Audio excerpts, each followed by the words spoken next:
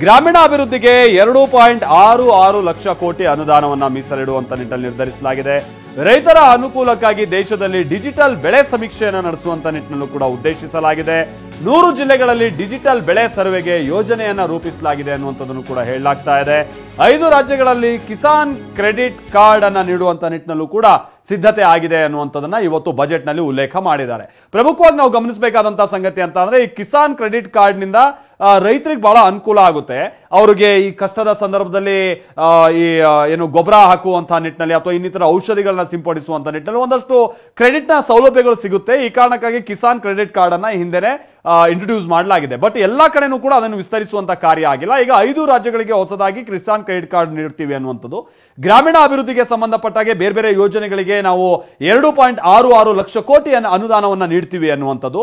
ರೈತರ ಅನುಕೂಲಕ್ಕಾಗಿ ಡಿಜಿಟಲ್ ಬೆಳೆ ಸಮೀಕ್ಷೆಯನ್ನ ಮಾಡ್ತೀವಿ ಅನ್ನುವಂಥದ್ದು. ಹೌದು, ಒಂದು ಬಾರಿ ಟೊಮ್ಯಾಟೊ ಬೆಳೆದ್ರೆ ಎಲ್ಲ ಟೊಮ್ಯಾಟೋನೇ. ಆ ಕಾರಣಕ್ಕಾಗಿ ಏನಾಗುತ್ತೆ, ಇರುವಂತ ಡಿಮಾಂಡ್ಗಿಂತ ಹೆಚ್ಚಿನ ಸಪ್ಲೈ ಉಂಟಾಗುತ್ತೆ. ಆ ಸಂದರ್ಭದಲ್ಲಿ ಸರಿಯಾಗಿ ಬೆಲೆ ಸಿಗೋದಿಲ್ಲ.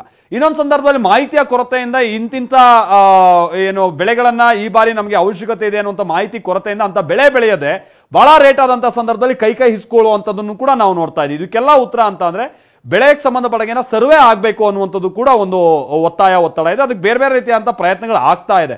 ಈಗ ಡಿಜಿಟಲ್ ಸರ್ವೆಗೆ ಸಂಬಂಧಪಟ್ಟಾಗೆ ಹೆಚ್ಚಿನ ಆದ್ಯತೆಯನ್ನು ಕೊಡುವಂತ ಪ್ರಯತ್ನ ಆಗ್ತಾ ಇದೆ. ಸಾವಯವ ಕೃಷಿಗೆ ಸಂಬಂಧಪಟ್ಟಂಗೆ ಆದ್ಯತೆ. ಆಮೇಲೆ ಕೇಂದ್ರ ಸರ್ಕಾರ ಈ ಕೃಷಿಗೆ ಸಂಬಂಧಪಟ್ಟಾಗೆ ಈಗ ಏನೇ ಯೋಜನೆಗಳನ್ನ ಘೋಷಣೆ ಮಾಡಿರ್ಬೋದು, ಬಟ್ ಕಳೆದ 6-7 ವರ್ಷಗಳ ಹಿಂದೆನೆ ಮುಂದಿನ 5 ವರ್ಷಗಳ ಅಥವಾ 2022ರ ಸಂದರ್ಭದಲ್ಲಿ ರೈತರ ಆದಾಯವನ್ನ ದ್ವಿಗುಣ ಮಾಡ್ತೀವಿ ಅನ್ನುವಂಥದ್ದು ಕೇಂದ್ರ ಸರ್ಕಾರ ಘೋಷಣೆ ಮಾಡಿತ್ತು. ಬಟ್ ಅದರಲ್ಲಿ ಫೇಲ್ಯೂರ್ ಆಗಿದೆ ಅನ್ನುವಂಥದ್ದು ಅಷ್ಟೇ ಕ್ಲಿಯರ್ ಇದೆ. ಹಾಗಾಗಿ ಈಗ ಇವರು ಮಾಡಿರುವಂತಹ ಘೋಷಣೆಗಳು ಇದು ಎಷ್ಟು ಎಫೆಕ್ಟಿವ್ ಆಗಿ ಜಾರಿಗೆ ಬರುತ್ತೆ, ಅದರಿಂದ ಏನು ಅನುಕೂಲ ಆಗುತ್ತೆ ಅನ್ನುವಂಥದ್ದು ಈಗಲೂ ಕೂಡ ಪ್ರಶ್ನಾರ್ಹ. ಸೊ ತರಕಾರಿ ಪೂರೈಕೆಗೆ ಸಪ್ಲೈ ಚೈನ್ ಅನ್ನ ಬಲಗೊಳಿಸಲಾಗುತ್ತೆ ಅನ್ನುವಂಥದ್ದನ್ನು ಕೂಡ ಹೇಳಿದ್ದಾರೆ. ಅದರ ಜೊತೆಗೆ ಎಣ್ಣೆ ಕಾಳುಗಳಿಗೆ ಸಂಬಂಧಪಟ್ಟ ಹಾಗೆ, ಆಮೇಲೆ ಅವುಗಳಿಗೆ ಸಂಬಂಧಪಟ್ಟ ಹಾಗೆ ವಿಶೇಷವಾಗಿ ಅವುಗಳನ್ನ ಸ್ಟೋರೇಜ್ ಮಾಡುವಂತ ನಿಟ್ಟಿನಲ್ಲಿ ಪ್ರಯತ್ನಗಳಾಗುತ್ತೆ ಅಂತೇಳಿ ದೇಶದ ಗ್ರಾಮೀಣ ಭಾಗದಲ್ಲಿ ಭೂ ಸುಧಾರಣೆಗೆ ನಿರ್ಧಾರ ಮಾಡಿದೀವಿ ಅನ್ನುವಂಥದ್ದನ್ನು ಕೂಡ ಹೇಳಿದ್ದಾರೆ. ಸಾವಯವ ಕೃಷಿಗೆ ಸಂಬಂಧಪಟ್ಟ ಹಾಗೆ ಹೆಚ್ಚಿನ ಹಿಂದೆ 0 ಬಜೆಟ್ ಅನ್ನುವಂಥದ್ದನ್ನ ತಂದಿದ್ರು, ಬಟ್ ಅದು ಕೂಡ ಒಂದು ಹಂತದಲ್ಲಿ ಫೇಲ್ಯೂರೇ ಆಗಿದೆ.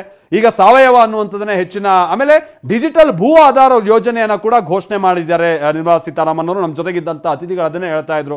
ಡಿಜಿಟಲ್ ಭೂ ಆಧಾರ ಯೋಜನೆಯನ್ನ ಏನಾದ್ರು ಎಫೆಕ್ಟಿವ್ ಆಗಿ ಜಾರಿಗೆ ತಂದೆ ಆದಲ್ಲಿ ಈ ಬೇನಾಮಿ ಮತ್ತೊಂದು ಇದಕ್ಕೆಲ್ಲ ಕಡಿವಾಣ ಬೀಳ್ಬೋದಾ ಅಂತ ಸಾಧ್ಯತೆ. ಆಮೇಲೆ ತನ್ನ ಹಕ್ಕು ಏನು, ತನ್ನ ಜಮೀನೇನು ಅನ್ನುವಂಥ ಡಾಕ್ಯುಮೆಂಟ್ ಅನ್ನ ಮತ್ತಷ್ಟು ಕ್ಲಿಯರ್ ಮಾಡ್ಕೊಳ್ಳೋಕೆ ರೈತರಿಗೆ ಬಹುಶಃ ಈ ಡಿಜಿಟಲ್ ಭೂ ಆಧಾರದಿಂದ ಒಂದು ಅನುಕೂಲ ಆಗ್ಬೋದಾ ಅಂತ ಚಾನ್ಸಸ್ ಇದೆ.